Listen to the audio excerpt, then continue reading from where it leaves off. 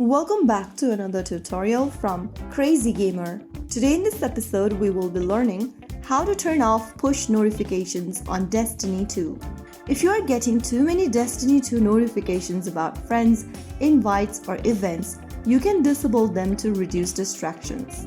First of all, launch Open Destiny 2 application and make sure that you are logged in. From the home page, tap on More button at the bottom right corner and in the expanded menu click on App Settings. On the next page under User Settings, click on the box right next to Push Notifications and make sure that it is unticked.